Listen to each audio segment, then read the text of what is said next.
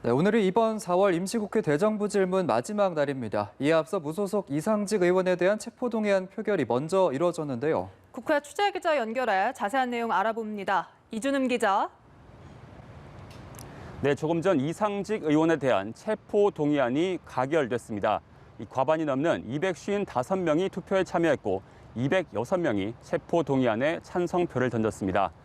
이 국회의원에 대한 체포 동의안 가결은 헌정 사상 15번째로 21대 국회에선 민주당 정정순 의원에 이어 두 번째입니다.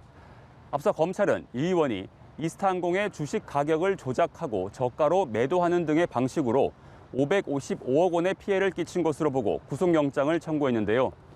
이 의원은 신상 발언을 통해 검찰의 잘못된 관행과 악습에서 비롯된 오만과 독선의 결과물이라고 주장했지만 동료 의원들의 판단은 달랐습니다.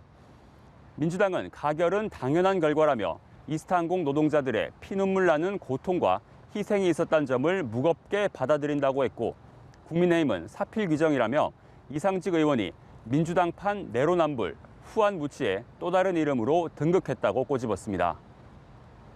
네, 앞서 말씀드린 오늘의 대정부 질문 분야는 교육, 사회, 문화인데요.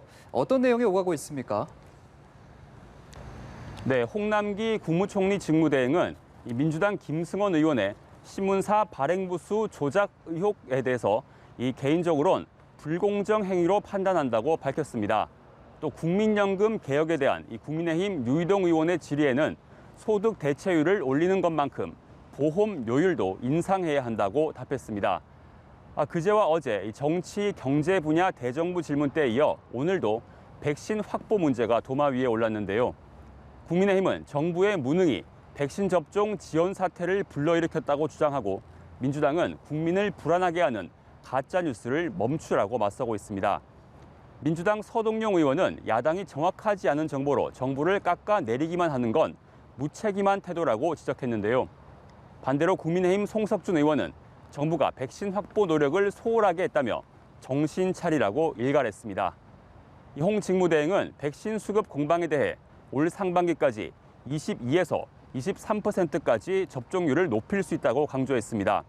또 11월까지 3,600만 명 백신 접종을 하면 집단 면역이 가능하다고 재차 목소리를 높였습니다. 한편 여야 모두 새 지도부 선출 절차가 한창 진행 중인데 각 당의 경선 레이스 상황 어떻습니까? 네, 먼저 더불어민주당은 당대표 후보들이 조금 전 대전과 세종, 충북 지역 대상 두 번째 토론회를 시작했습니다. 2차 공공기관 이전 등 지역 균형 발전의 적임자를 자처하며 정책 공방을 이어가고 있습니다. 국민의힘은 김기현, 권성동, 김태흠, 유이동 의원 4파전으로 새 원내대표를 뽑는 경선 레이스가 진행 중인데요. 이 네 후보들은 라디오 출연을 비롯해 각자 일정을 소화하며 자신이 원내대표 적임자임을 강조하고 있습니다.